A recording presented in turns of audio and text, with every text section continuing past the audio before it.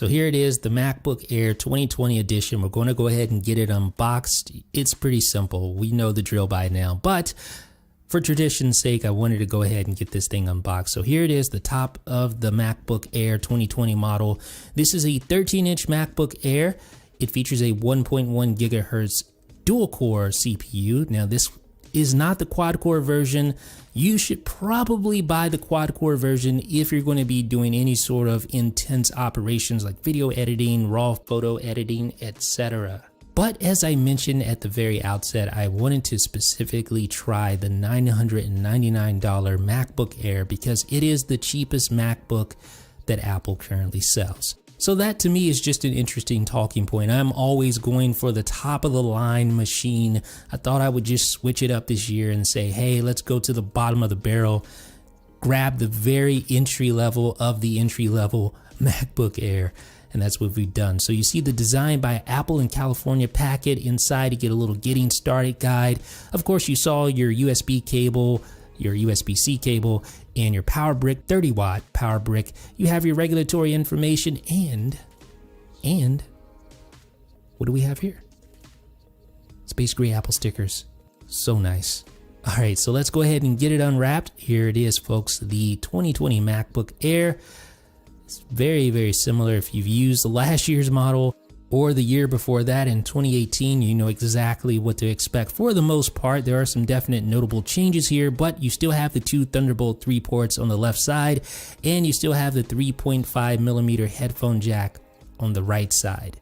So as far as outside appearance, not much has changed at all. It is ever so slightly thicker and heavier, but that's almost indiscernible from last year's model. And you have the little inset here so you can lift up, I don't know what that's like, some smudges on the front lip area. I don't know what's up with that. I just took it out of the box, but whatever.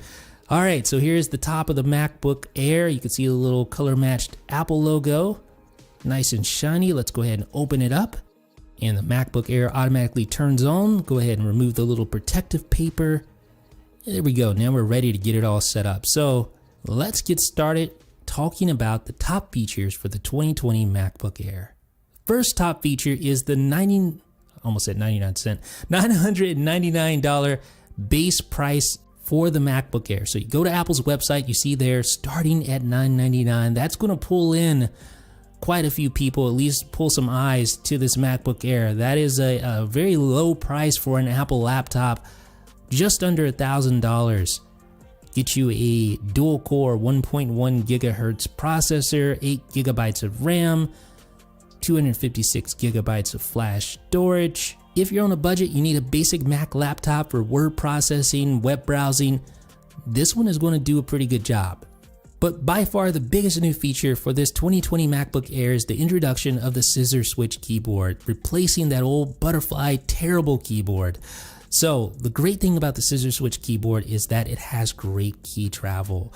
That is the thing, and it's also way more reliable than the butterfly switch keyboard. And just like the previous MacBook Airs, you have Touch ID and hardware function keys, no touch bar. So great.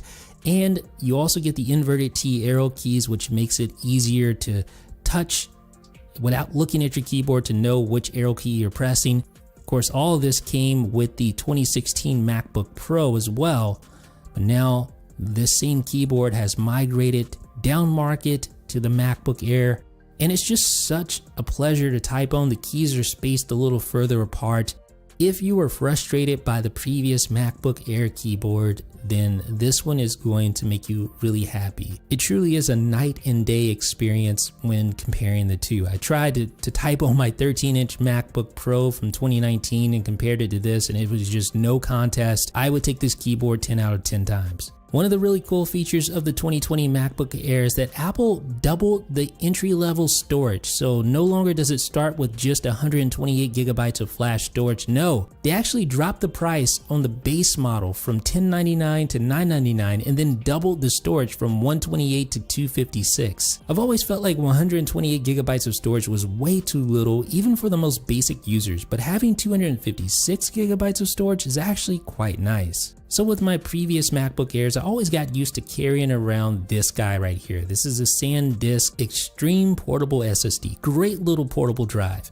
But now Apple has doubled the max amount of storage you can configure on your MacBook Air. So it used to be just 1 terabyte, now you can configure up to 2 terabytes, which is quite a lot of storage. Even if you're editing high quality video, with 2 terabytes, you could probably manage to do so without toting around a portable SSD. For the first time since the MacBook Air got its Retina display, you can now select between multiple CPU configurations. Previously, you only had one choice, now you have 3 choices.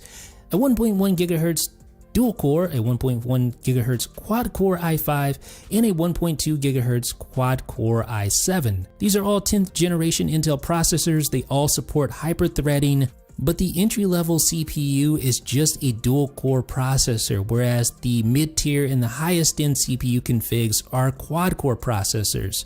So of course I have the dual core. You can see the single core score is actually decent, 987, but the multi-core, wow.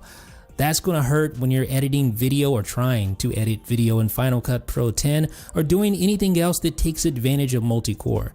With that being said, single core is actually pretty decent. Games are gonna play fairly well for the most part.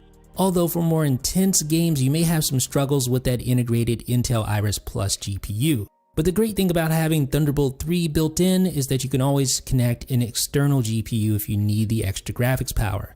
But I was actually pretty surprised at how well this thing performed gaming wise. Most of the Apple Arcade games I played pretty decently. Frame rates weren't horrible. If you're just a casual gamer, you want to play games occasionally on your MacBook Air, this is going to be perfectly fine as long as you set your expectations accordingly. With all that being said, you do get better single core performance when compared to the 2019 MacBook Pro entry-level model, so there's that. But to be honest, I probably wouldn't even recommend trying to edit video on the entry-level MacBook Air. It's probably just going to frustrate you. And one of the cool things about the Intel Iris Plus GPU is that it does support the Pro Display XDR at full resolution, which is pretty impressive given the fact that even a machine like the iMac Pro doesn't support full resolution connectivity to the Apple Pro Display XDR. Now, with that said, temper your expectations. You try to play games. If it's any game not called solitaire, you're probably going to run into some heavy frame rate issues when running at full resolution on that Pro Display XDR. Now, when just doing regular stuff like browsing the web, here I have 2 Safari windows side by side, able to scroll through pretty well. I will say that some of the issues have to do with lack of RAM. That 8 GB entry-level RAM configuration just isn't enough. If you can't afford it, by all means, please upgrade the RAM to 16 GB. It's going to make a world of difference. It's going to make using the MacBook Air a much better experience. Now that being said, Apple is using faster, more power-friendly memory in the MacBook Air 2020 edition. They're using 3733 MHz low-power DDR4X memory. So not only is the memory faster than the previous edition MacBook Air, and when you consider that memory can have a huge effect on battery life of a laptop, it makes sense that Apple will look for every advantage it can when it comes to memory and using the most power-friendly memory that they can. And even with that, this MacBook Air actually gets 1 hour less battery life than its predecessor. This one's rated at 11 hours of wireless web browsing, while the previous model was at 12 hours. Believe it or not, all Apple devices, with the exception of the regular iMac and the 10.2-inch iPad, now feature Bluetooth 5.0. Yes, with the 2020 upgrade to the MacBook Air, Apple's cheapest laptop now gets Bluetooth 5.0 support. Now this is kind of an unheralded bullet point on a list of tech specs, but Bluetooth 5.0 uses less power, has larger message capacity, features faster data transmission capability, and it increases range. The 2020 MacBook Air adds support for wide stereo sound and Dolby Atmos playback for supported content. And in addition to the wider stereo soundstage, the 3-mic array now includes directional beamforming, which was first featured on the 16-inch MacBook Pro for improved microphone performance. Now obviously, physics and all that, the speakers aren't going to blow you away, the bass isn't going to knock your socks off, but I actually was pretty impressed with the sound quality of the MacBook Air considering how small the speakers are, especially when playing games. I was kind of surprised to find that the sound effects and the soundtrack of the games I played were quite engrossing coming from those small little speakers on each side of the MacBook Air's new and improved keyboard. So the MacBook Air 2020 entry-level edition with the dual-core CPU. No, this is not the machine you want to purchase if you plan on editing video, editing raw photos, things like that. But if you're just doing basic stuff, you're writing, you're browsing the web, and if push comes to shove, yes, you can edit videos technically on this machine, but I definitely don't recommend it. If you want to do that, get at least the quad-core model with 16 gigabytes of RAM. You're going to be a lot more happier that way, just trust me on that one. Now, if you are just that quote-unquote basic user, you actually may want to consider an iPad now that there's built-in mouse and keyboard support. But for those of you who absolutely know that you want a Mac and not an iPad, as long as you have the proper expectations, the 2020 MacBook Air and all of its various flavors could be a great machine for you. Let me know what you guys think down below in the comments.